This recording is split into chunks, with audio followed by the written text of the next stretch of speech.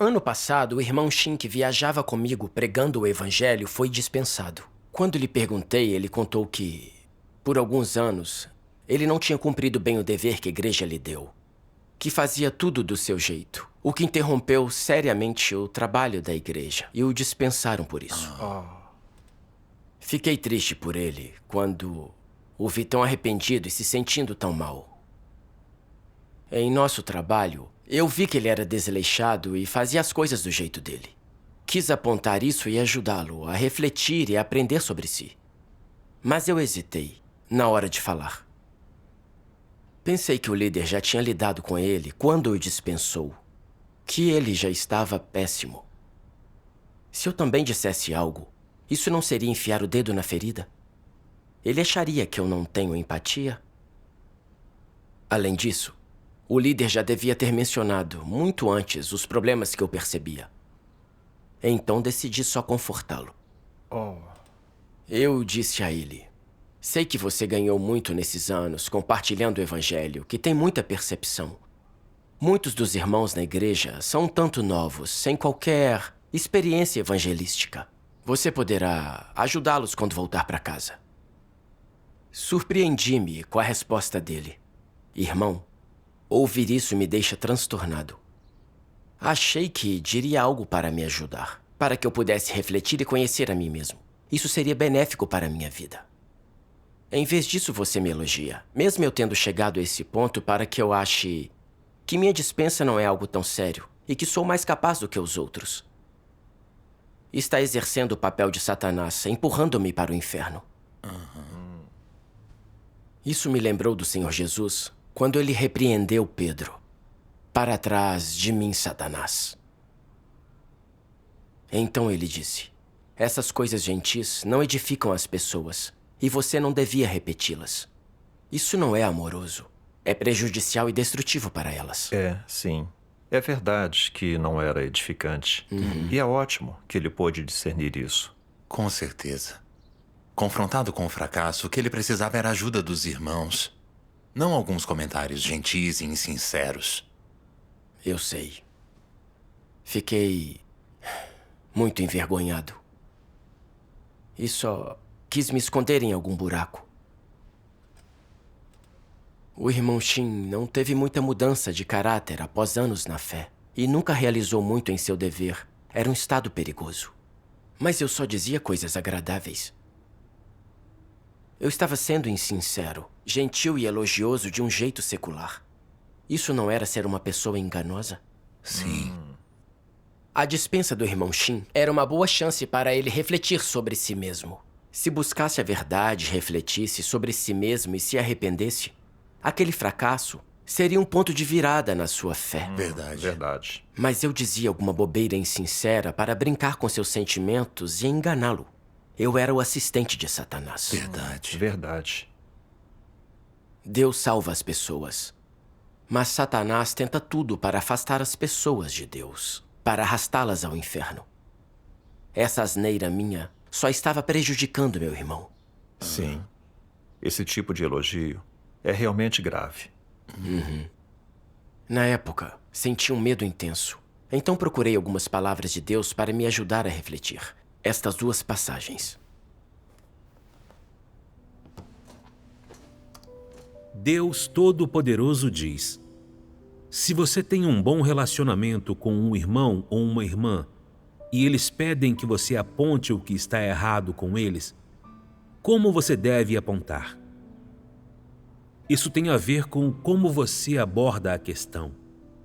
Sua abordagem se baseia na verdade ou você usa filosofias de vida?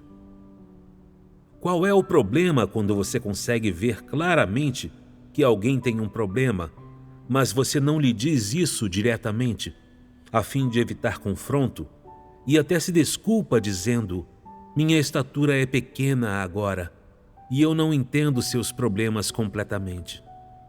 Quando entender, eu lhe direi. Isso envolve uma filosofia de vida. Isso não é tentar enganar os outros. Você deve falar de tudo que consegue enxergar claramente. E se algo não é evidente para você, diga isso. Isso é dizer o que está em seu coração. Se você tem certos pensamentos e certas coisas são evidentes para você, mas você tem medo de ofender as pessoas, fica aterrorizado de magoar seus sentimentos e então escolhe não dizer nada. Isso é viver segundo uma filosofia mundana. Se você descobre que alguém tem um problema ou se desviou, mesmo que você não consiga ajudá-lo com amor, no mínimo você deve apontar o problema para que ele possa refletir sobre ele.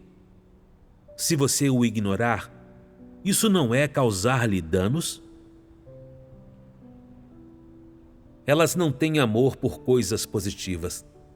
Não anseiam pela luz e não amam o caminho de Deus nem a verdade. Elas gostam de seguir tendências mundanas. Estão apaixonadas por status e prestígio. Amam se sobressair em meio a tendências perversas. São proponentes do mal e das forças de Satanás. Em seu coração, adoram os grandes e famosos, adoram os reis demônios, e em seu coração não buscam a verdade nem coisas positivas, mas defendem aprender.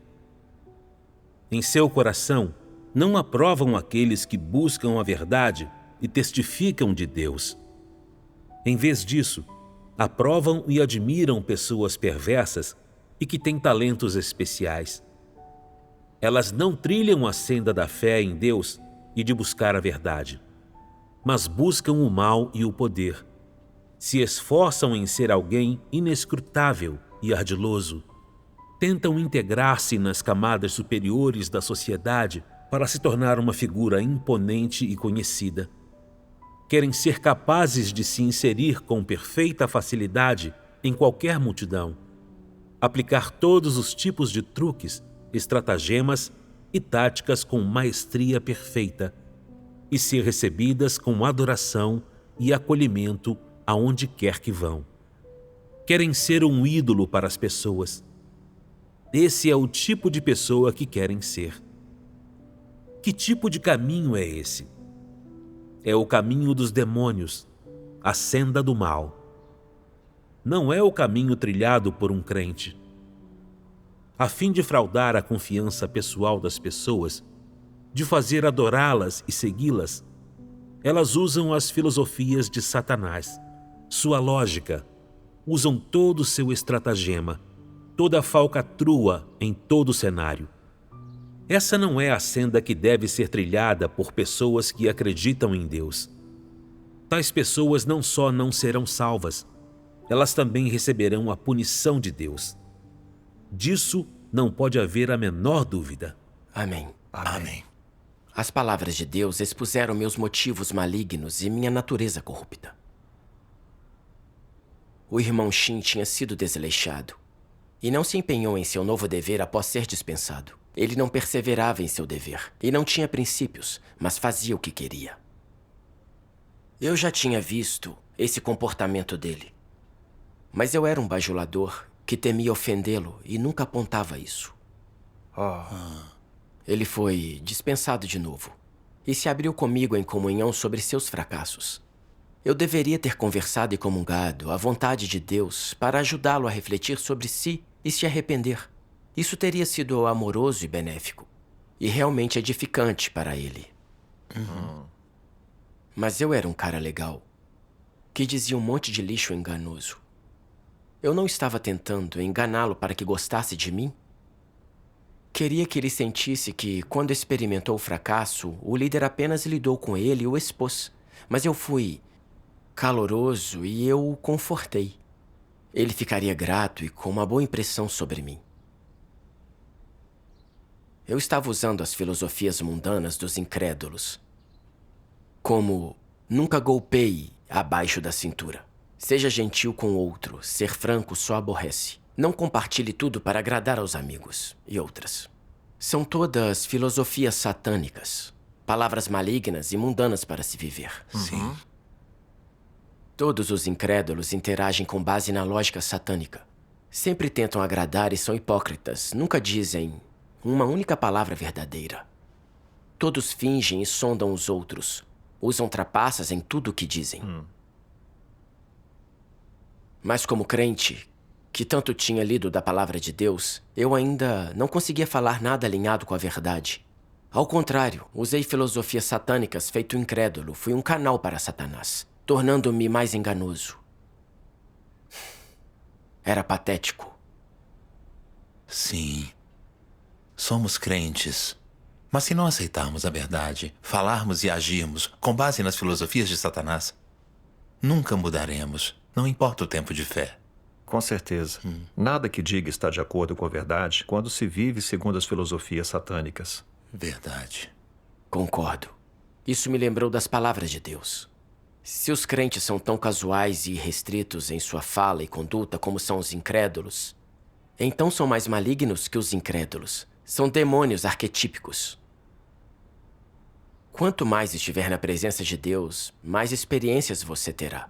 Se ainda viver no mundo como uma besta professando fé, com sua boca, mas com seu coração em outro lugar, e se ainda estudar filosofias mundanas, então seu trabalho não terá sido em vão? Certo. Certo. Ao longo de anos de fé, eu não tinha ganho a verdade, nem me tornado uma pessoa simples e honesta, mas me agarrava aos modos seculares. Vi que eu não era uma pessoa que ama ou aceita a verdade. Vim para diante de Deus e orei. Deus, não tenho semelhança humana nas palavras ou ações. Sou tão maligno e astuto. Quero me arrepender e não viver segundo filosofias mundanas de Satanás. Por meio dessa experiência e lição, depois disso, em minhas interações com outros e no meu dever, eu pude ser vigilante. E praticar uma fala benéfica e não ser apenas um bajulador escorregadio. Mas eu estava tão profundamente corrompido por Satanás que quando algo envolvia meus interesses pessoais, eu não conseguia deixar de fazê-lo de novo. Mais tarde, eu estava trabalhando com o irmão Shane na produção de vídeos. Ele tinha opiniões fortes e sabia muito mais sobre o trabalho do que eu. Sentia que devia ser modesto, para que ele não achasse que eu era um ignorante arrogante.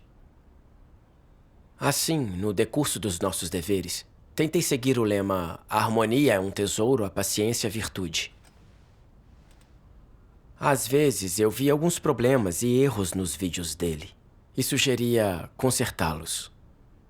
Mas ele não achava que aquilo que eu mencionava eram problemas. Ele só compartilhava algumas desculpas e opiniões.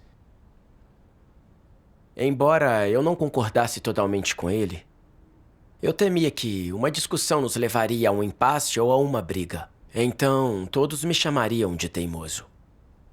Eu desistia quando pensava assim. Você não buscou os princípios, só cedeu cegamente temendo a opinião dos outros. Isso pode impedir o trabalho. Pode sim. Quando discordamos, devemos buscar os princípios e chegar a um consenso. Exatamente. Sim. Mas em vez de orar e buscar, eu trabalhei com ele assim mesmo. E então nossos vídeos saíram com problemas. Depois percebi que os problemas ainda eram aqueles que eu já tinha apontado. E tivemos que refazer aqueles vídeos. Ele acabou sendo dispensado por ser arrogante e teimoso. Mesmo com os vídeos concluídos no fim, eu não me sentia em paz em relação a isso. Eu me sentia inquieto, culpado. Vi que eu sempre era um bajulador em meu dever. Então eu não defendia os princípios, temendo ofender os outros. Eu não era um parceiro verdadeiro. E estava impedindo o trabalho de vídeos da igreja. Eu me senti realmente péssimo. Então a líder veio falar comigo e me desmascarou. Você não tem defendido os princípios da verdade no trabalho com os irmãos. Você sabe que as opiniões de uma pessoa são erradas, mas você as segue cegamente para evitar conflito e proteger a imagem que ela tem de você. Isso fez com que tivessem que refazer os vídeos, atrasando tudo. E então ela disse: você tende a se adaptar à opinião pública. Deve buscar a verdade e resolver isso. Sim. Ouvir aquilo foi difícil para mim. Nos dias seguintes, orei e refleti sobre isso. E procurei palavras de Deus que me ajudassem a refletir. Esta passagem. Certo. Deus Todo-Poderoso diz: por fora, as palavras dos anticristos parecem ser especialmente bondosas, cultas e distintas. Quando alguém viola os princípios, é intrometido e intrusivo no trabalho da igreja, não exposto nem criticado.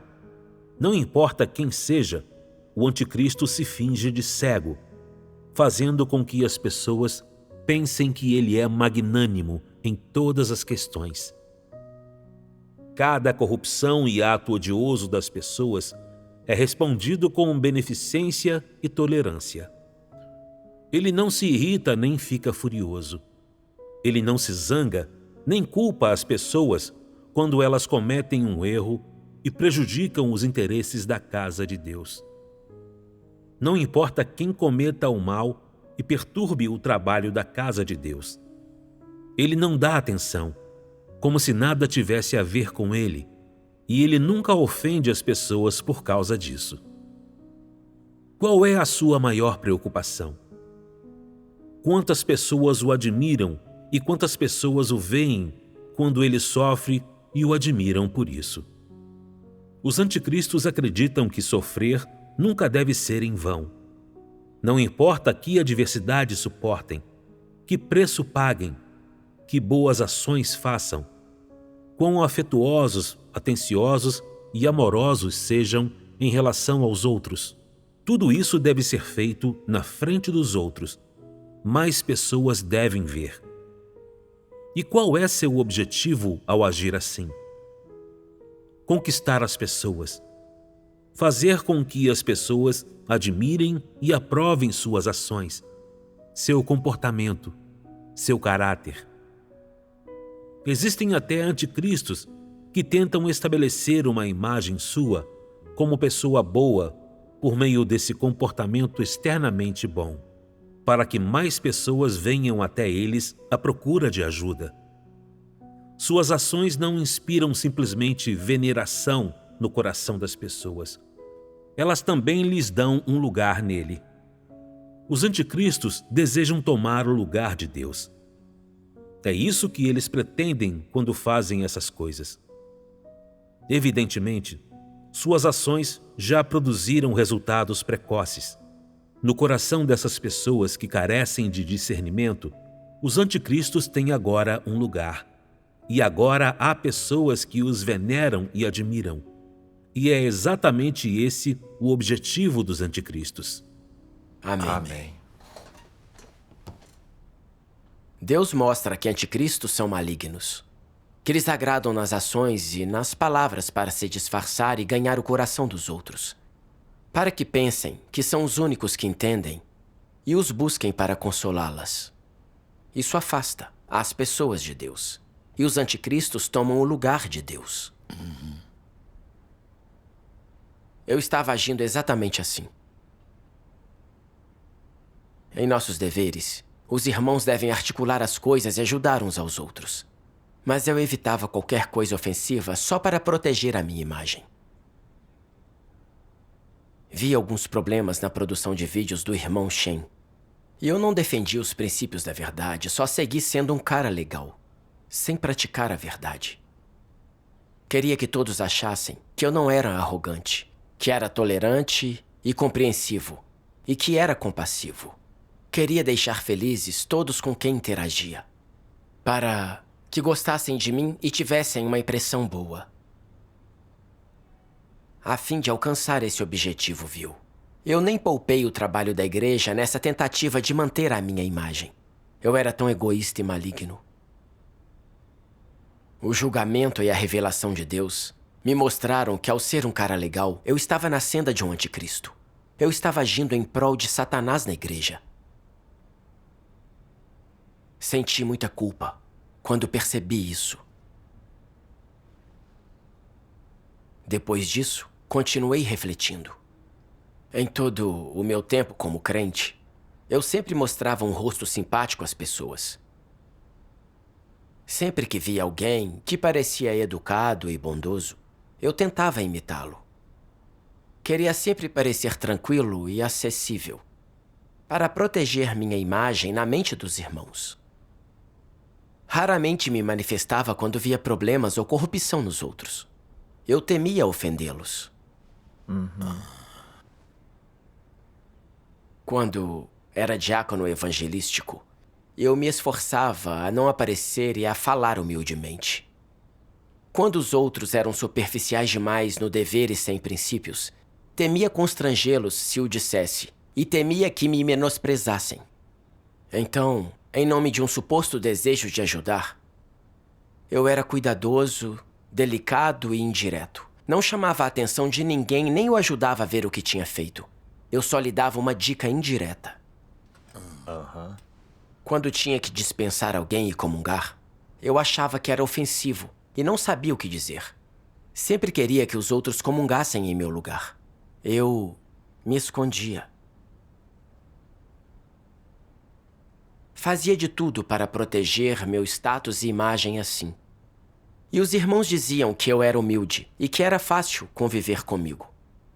Até me recomendaram para uma posição de liderança, achando que eu tinha humanidade boa e não seria um opressor. Fiquei tão satisfeito comigo. Anticristos usam comportamentos superficiais para enganar e seduzir pessoas, tentando ocupar o lugar de Deus em seu coração. Percebi que eu tinha os mesmos motivos e objetivos. Eu não refletia sobre meus motivos ruins e minha natureza corrupta. E não via nada de errado em ser um cara legal. Era fácil ganhar o apoio dos outros e receber elogios. Parecia ótimo viver assim. Mas agora consegui ver que eu estava me estabelecendo do jeito mais secreto, mais encoberto, enganando os outros, agindo como um anticristo para minar a obra de Deus. Com certeza. Sim. Antes, eu só sabia que bajuladores eram astutos. Sem a revelação de Deus, eu não conseguia ver as intenções sinistras que eles têm por trás de tudo. Correto. Ser um bajulador sem mudança de caráter, sempre buscando status e nome, é a senda de um anticristo. É sim. Certo. Em meus devocionais, li uma passagem nas palavras de Deus que evocaram alguns sentimentos em mim.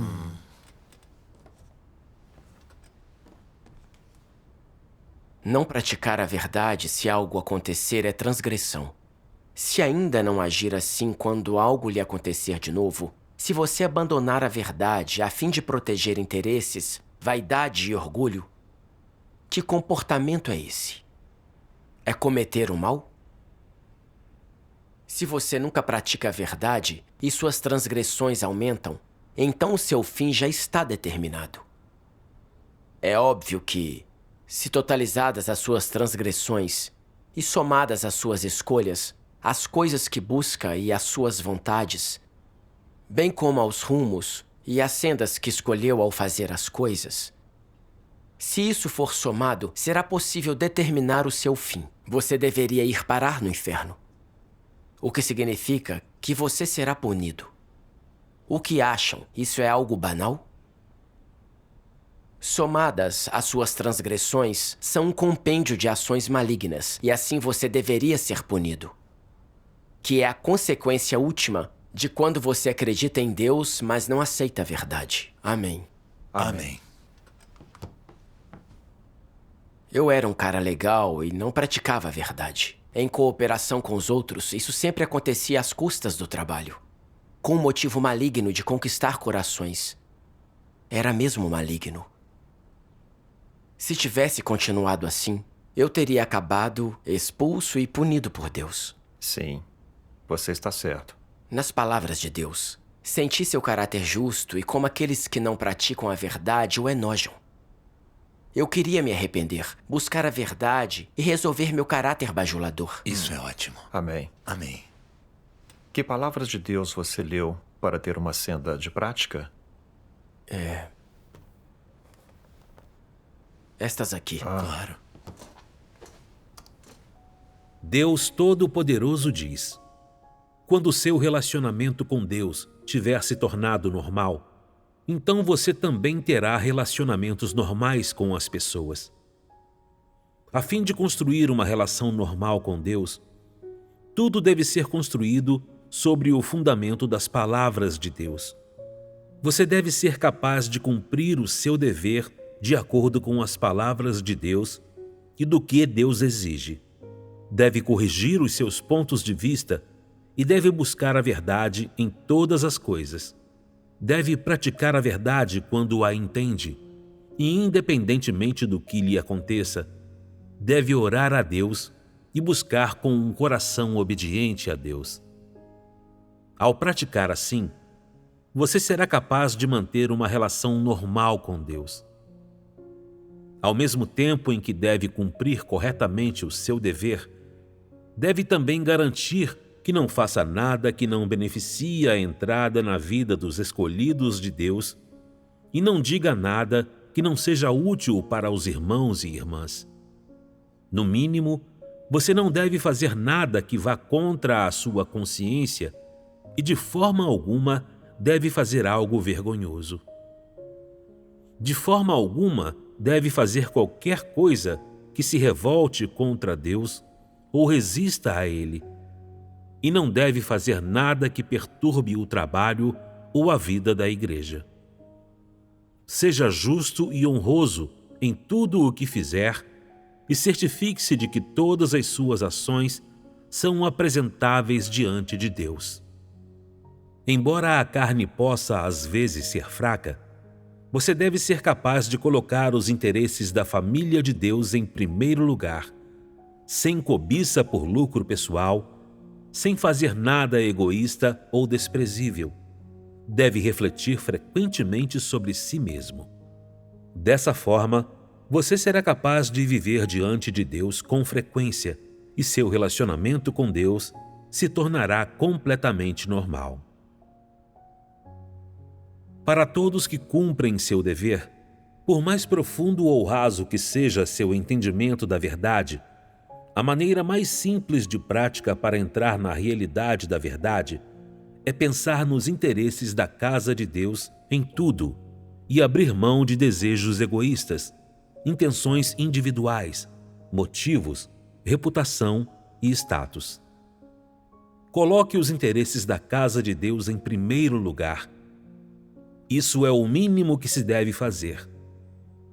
Se uma pessoa que cumpre seu dever não consegue fazer nem mesmo isso, então como se pode dizer que ela está cumprindo seu dever? Isso não é cumprir o dever da pessoa. Você deve considerar primeiro os interesses da casa de Deus, considerar a vontade de Deus e considerar o trabalho da igreja e colocar essas coisas acima de tudo. Só depois disso, você pode pensar sobre a estabilidade de seu status ou sobre como os outros o veem. Vocês não acham que isso fica um pouco mais fácil quando o dividem nesses passos e fazem algumas concessões? Se praticar assim por algum tempo, você vai achar que satisfazer a Deus não é difícil. Além disso, você deve ser capaz de cumprir suas responsabilidades, executar seus deveres e obrigações, deixar de lado seus desejos egoístas, deixar de lado seus próprios motivos e intenções, ter consideração pela vontade de Deus e colocar em primeiro lugar os interesses da casa de Deus, o trabalho da igreja e o dever que você deve cumprir. Após experimentar isso por algum tempo, você sentirá que essa é uma boa maneira de se comportar. É viver franca e honestamente, sem ser uma pessoa baixa ou inútil. É viver justa e honradamente, em vez de ser desprezível ou mau. Você achará que é assim que uma pessoa deve viver e agir. Amém. Amém. As palavras de Deus são claras sobre os princípios da prática. Não podemos interagir com base em filosofias mundanas. Seguir as palavras de Deus e os princípios da verdade é se conformar à vontade de Deus. Certo. Aqueles que buscam a verdade e ficam do lado de Deus, que abdicam de seus desejos e defendem os interesses da igreja, vivem uma semelhança humana e podem ter relacionamentos normais com os outros. Certo. Sim. Depois disso, comecei a considerar os interesses da casa de Deus primeiro, sempre. E tentei satisfazer a vontade de Deus em tudo.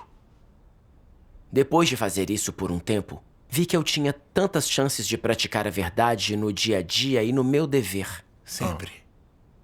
Por exemplo, numa reunião, percebi que algumas pessoas falavam de doutrinas ou estavam mudando de assunto. Ou que alguém estava divagando, prolongando a nossa reunião, o que prejudicava a vida de igreja. Mas o líder de equipe não tentava corrigi-lo. No início, não quis dizer nada, mas me senti um pouco culpado e sabia que estava bajulando de novo. Fiz uma oração imediatamente. No fim da reunião, mencionei os problemas que tinha percebido e sugeri soluções. Senti que renunciar a mim mesmo e defender os interesses da casa de Deus me trouxe paz. Isso Ótimo. é maravilhoso.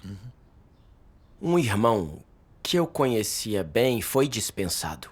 E ele me disse que foi porque ele tinha buscado conforto e era astuto em seu dever e não era eficaz. No início, quis confortá-lo e levá-lo a gostar de mim. Mas então percebi que eu devia praticar a verdade. Assim, considerei calmamente o que devia dizer para satisfazer a Deus e ajudar a edificar. Refleti sobre nossas interações anteriores. Seu desejo de conforto tinha sido óbvio em seu dever.